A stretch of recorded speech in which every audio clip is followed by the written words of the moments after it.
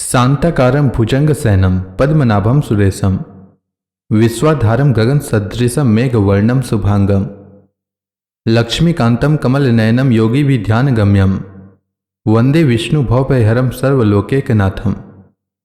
मंगलम भगवान विष्णु मंगलम गरुणध्वज मंगलम पुंडरीकाक्ष मंगलाय तनोहरि। ओम नमो भगवते वासुदेवाय। आज का दिन आप सभी के लिए मंगलमय हो। आज मैं अगन मास कथा का 17वां अध्याय सुनाने वाला हूं। तो आइए सुनते हैं अगन मास कथा का 17वां अध्याय।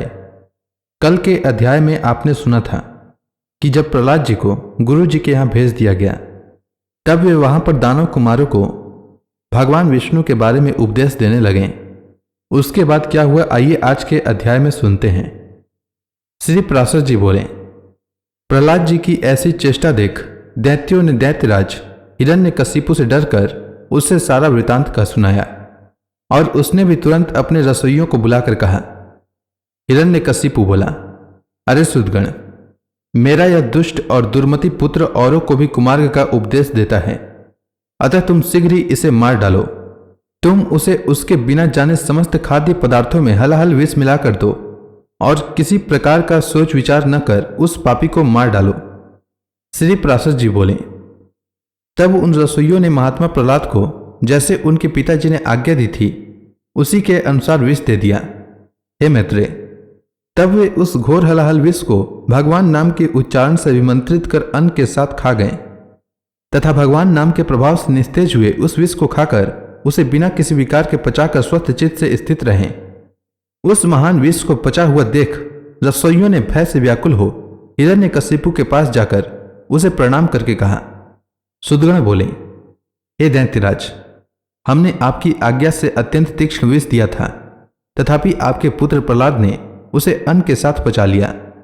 हिरण्यकशिपु बोला, हे पुरोहितगण, शीघ्रता करो, शीघ्रता करो, उसे नष्ट करने के लिए अब कृत्या उत्पन्न करो और देरी न करो। श्री पराशर जी बोले, तब पुरोहितों ने अति विनीत प्रहलाद से उसके पास जाकर शांतिपूर्वक कहा। पुरोहित बोले, हे आयुष्मान, तुम त्रिलोकी में विख्यात ब्रह्मा जी के कुल में उत्पन्न हुए हो और दैत्यराज हिरण्यकशिपु के पुत्र हो। तुम्हें देवता अनंत अथवा और भी किसी से क्या प्रयोजन है? तुम्हारे पिता तुम्हारे तथा संपूर्ण लोकों के आश्रय हैं और तुम भी ऐसे ही होगे। इसलिए तुम यह विपक्षी की स्तुति करना छोड़ दो। तुम्हारे पिता सब प्रकार प्रशंसनीय हैं और वे ही समस्त गुरुओं में परम गुरु हैं। प्रहलाद जी बोले, हे महाभागगण, यह ठीक ही है।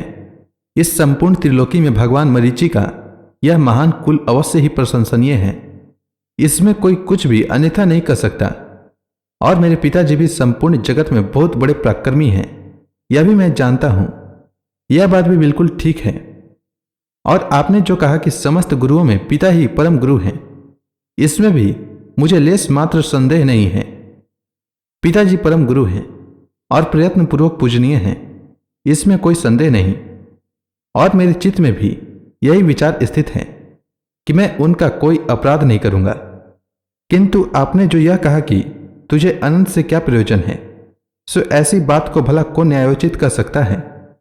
आपका यह कथन किसी भी तरह ठीक नहीं है। ऐसा कहकर वे उनका गौरव रखने के लिए चुप हो गए और फिर हंसकर कहने लगे, तुझे अनंत से क्या प्रयोजन है? इस विचार को धन्यवाद है। हे मेरे गुरुगण, आप कहते हैं कि तुझे अनंत से क्या प्रयोजन है। धन्यवाद है आपके इस विचार को।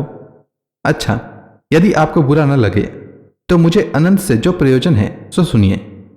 धर्म, अर्थ, काम और मोक्ष, ये 4 पुरुषार्थ कहे जाते हैं। ये चारों ही जिनसे सिद्ध होते हैं, उनसे क्या प्रयोजन? आपके इस कथन को क्या कहा जाए? उस अनंत से ही दक्ष और मरीचि आदि तथा अन्य अन्य ऋषिश्वरों को धर्म, किन्हीं अन्य मुनीश्वरों को अर्थ एवं अन्य किन्हीं को काम की प्राप्ति हुई है। किन्हीं अन्य महापुरुषों ने ज्ञान, ध्यान और समाधि के द्वारा उन्होंने तत्व को जानकर अपने संसार बंधनों को काटकर मोक्ष पद प्राप्त किया है। अतः संपत्ति, ऐश्वर्य, महात्म्य, ज्ञान, संतति और कर्म तथा मोक्ष, इन सब की एकमात्र मूल श्रीहरि की आराधना ही उपार्जनीय है। हे द्विजगण, इस प्रकार जिनसे अर्थ, धर्म, काम और मोक्ष ये चारों ही फल प्राप्त होते हैं, उनके लिए भी आप ऐसा क्यों कहते हैं कि अनंत से तुझे क्या प्रयोजन है? और बहुत कहने से क्या लाभ?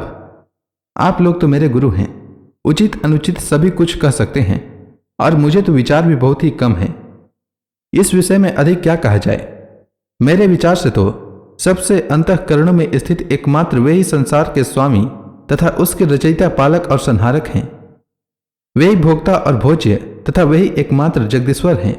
हे गुरुगण, मैंने बाल्य भाव से यदि कुछ अनुचित कहा हो तो आप क्षमा करें। पुरोहित गण बोले, अरे बालक, हमने तो यह समझ कर कि तू फिर ऐसी बात न कहेगा, तुझे अग्नि में जलने से बचाया है। हम यह नहीं जानते थे कि तू ऐसा बुद्धिहीन है। रे दुर्मते, यदि तू हमारे कहने से अपने इस मोह में आग्रहों को नहीं छोड़ेगा तो हम तुझे नष्ट करने के लिए कृत्य उत्पन्न करेंगे। प्रहलाद जी बोले, कौन जीव किससे मारा जाता है और कौन किससे रक्षित होता है? शुभ और अशुभ आचरणों के द्वारा आत्मा स्वयं ही अपनी रक्षा और नाश करता है।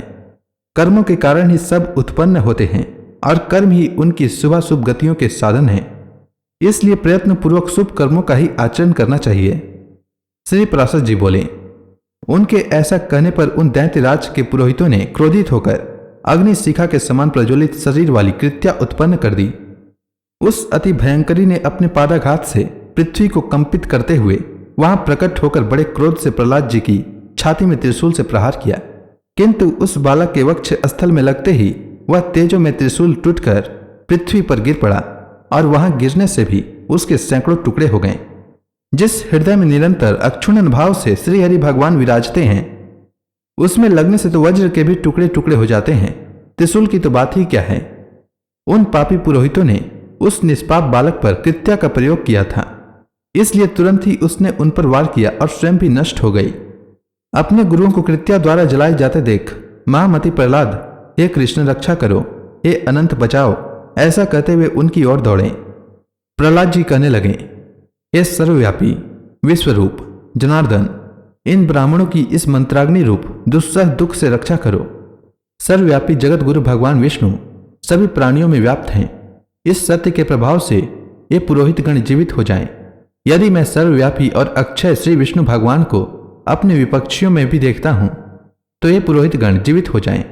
जो लोग मुझे मारने के लिए आए, जिन्होंने मुझे विष दिया, जिन्होंने आग में जलाया, जिन्होंने दिग्गजों से पीड़ित कराया और जिन्होंने सर्पों से डसाया, उन सबके प्रति मैं समान मित्र भाव से रहा हूं और मेरी कभी पाप बुद्धि नहीं हुई, तो उस सत्य के प्रभाव से ये दैत्य पुरोहित जी उठे।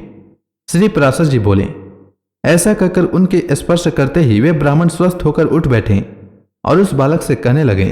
पुरोहित गण बोले, हे वत्स, तू बड़ा श्रेष्ठ है।